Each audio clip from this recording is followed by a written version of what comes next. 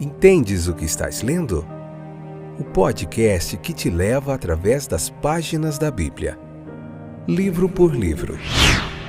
Capítulo por capítulo. Uma exposição bíblica emocionante. Aperte os cintos e embarque comigo nesta viagem.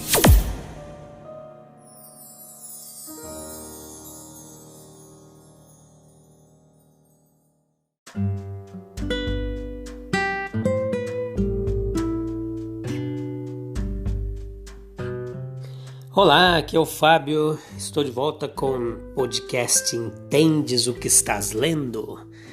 Momento da gente refletir um pouquinho na Palavra de Deus, aprender, se aprofundar mais um pouquinho nos ensinamentos das Escrituras Sagradas. Que bom que você voltou aí para acompanhar comigo esses estudos, você que tem compartilhado, tem participado, tem acompanhado a nossa jornada através das páginas da Bíblia. Seja muito bem-vindo. Hoje nós vamos ver Gênesis capítulo 14, a parte 1, e no próximo episódio nós veremos a parte 2. Vamos ver um pouquinho aqui da guerra que Abraão se meteu para salvar o seu sobrinho Ló. Uma época que eles resolviam tudo na espada, né? Não tinha muita diplomacia. A gente vai ver muitas guerras aqui através das páginas da Bíblia, por exemplo, no livro de Juízes, no livro de Gênesis e até mesmo no livro de Josué, mais na frente, que parece mais um livro, um diário de um general, né? Que Josué era um general. Mas em tudo isso nós vamos ver a mão de Deus, a providência de Deus, o agir de Deus, e nós vamos aprendendo bastante coisa legal. Então a guerra, ela é feita por reis ou príncipes confederados, unidos contra os povos das cidades, da planície, que por sua proximidade naturalmente estariam unidos ou contra, determinado propósito. Mas por sua rebelião comum contra o rei Kedorlaomer, que nós vemos aqui, esse rei com esse nome tão bonito, eles estavam envolvidos em um perigo comum. Ele e seus bens são levados, Ló, os bens dele são levados. Por enquanto, antes é dito que ele armou a sua tenda perto de Sodoma. Ló estava ali habitando, pertinho de Sodoma. E agora descobrimos que ele está em Sodoma, Ele se envolveu totalmente, passou a fazer parte ali naquela cidade. Então, Abraão, ele entra aqui nessa história como mediador, agindo como mediador. Um representante do povo de Deus no mundo. Ele conseguiu atrair forças para si mesmo. E sem dúvida, Abrão, o hebreu, representava um núcleo de vida superior. Mesmo no meio daquela terra de idólatras e degenerados que estavam à volta dele, que era reconhecido como, em certo sentido, um refúgio na qual os homens podiam apelar. Abraão, ele era diferente, Mesmo que nós vemos no episódio anterior que ele cometeu alguns deslizes, mas isso faz parte da caminhada, Os homens, eles não são perfeitos. Mas Abrão, ele vai caminhando a sua fé em perfeição e vai melhorando cada dia mais.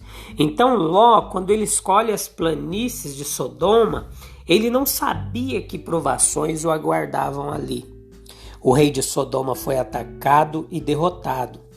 E ele escapou, mas muitos de seus súditos foram massacrados ou feitos cativos. Ló, por sua vez, ele foi levado pelo exército invasor e Abrão, ele o liberta. Abrão, como conquistador, tanto pelo rei pagão de Sodoma, quanto pelo rei sacerdote de Salém, Melquisedeque, que nós vamos falar muito sobre ele mais para frente, Melquisedeque, ele abençoou Abrão como possuidor da promessa. Abrão, ele se apoiava em um juramento de fidelidade a Deus. Ele mostra que está decididamente avançado em caráter. O contraste é marcante entre a conduta de Abrão e a de Ló. Vemos aqui um pequeno exército de Abrão, que ele monta ali, entre os servos dele, lutando contra inimigos fortes, muito mais fortes do que ele. Um símbolo inegável da Igreja de Cristo, que com poucos discípulos, com uma fraqueza relativa, ainda assim A força de Deus, ela sempre se aperfeiçoa na fraqueza, e em Deus e com Deus podemos alcançar a vitória em nossas batalhas diárias. Não podemos vencer sem Ele, mas com Ele somos mais do que vencedores. E Melquisedeque, o rei de Salém, ele traz pão e vinho. Ele era o sacerdote do Deus Altíssimo.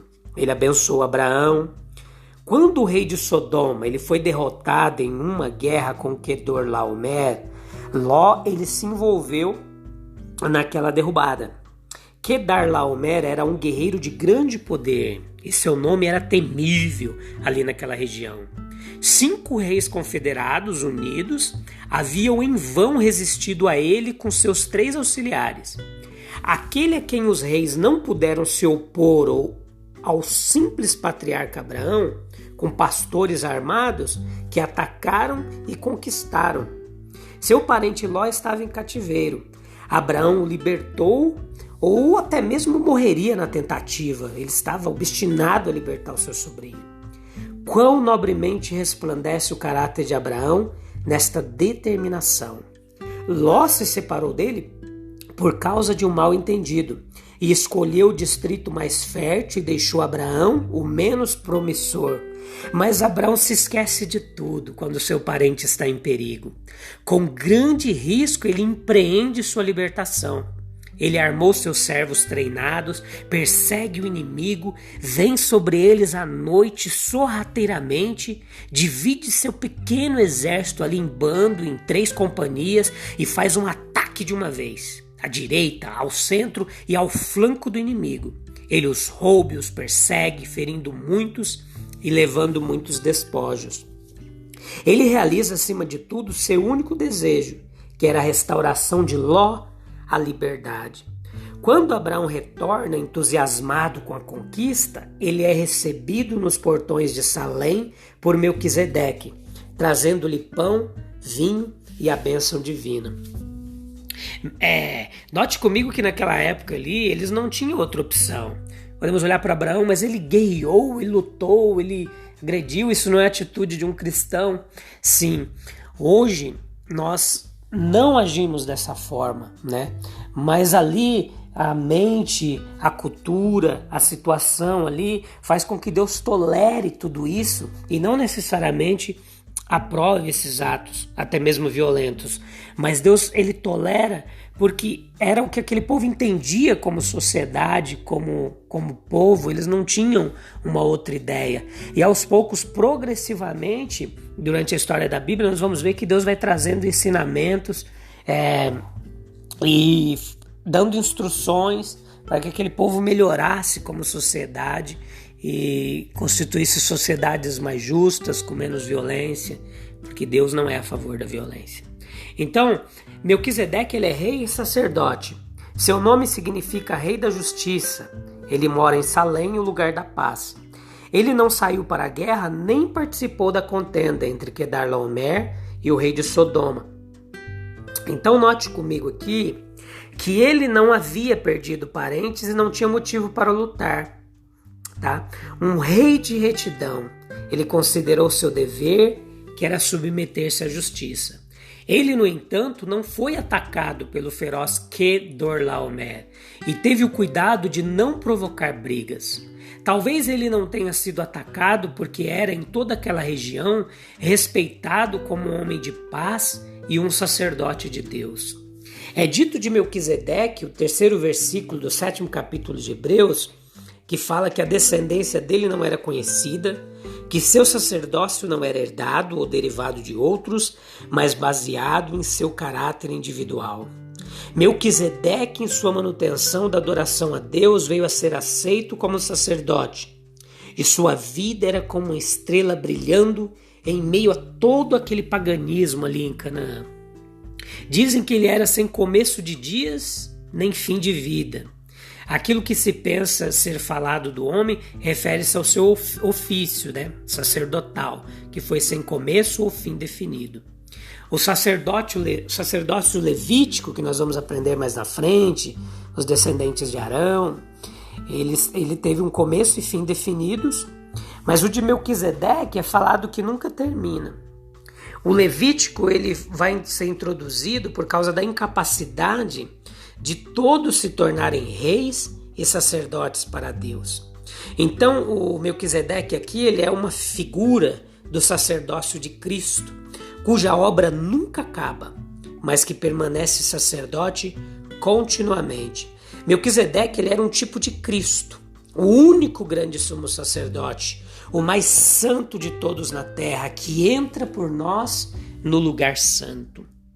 Isso explicaria a força da profecia no Salmo 110 e as palavras em Hebreus 7.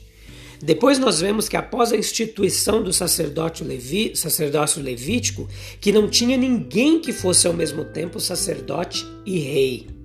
Salomão, na dedicação do templo, quando ele abençoou o povo, ele deu sacrifício para os sacerdotes oferecerem. O rei Uzias tentou se intrometer no sacerdócio, no ofício sacerdotal, mas foi atacado pela lepra. Sob a dispensação judaica, ali da lei judaica, não havia ninguém que em sua pessoa pudesse representar o duplo caráter de Cristo como único sumo sacerdote e rei universal. Melquisedeque pode nunca ter imaginado qual grande foi a dignidade colocada sobre ele como um tipo de Cristo, tendo uma vida tranquila, pura e devotada. Ele é aceito por seus companheiros como sacerdote do Altíssimo e se torna o tipo daquele que era o Salvador do mundo. A segunda parte do versículo 3 de Hebreus 7 diz assim a respeito de Melquisedeque: semelhante ao Filho de Deus, ele permanece sacerdote para sempre. E é isso que eu quero meditar com você no próximo episódio, as semelhanças entre Melquisedeque e Jesus. Beleza? Em Gênesis capítulo 14, a parte 2, no próximo episódio. Eu te espero lá. Até breve.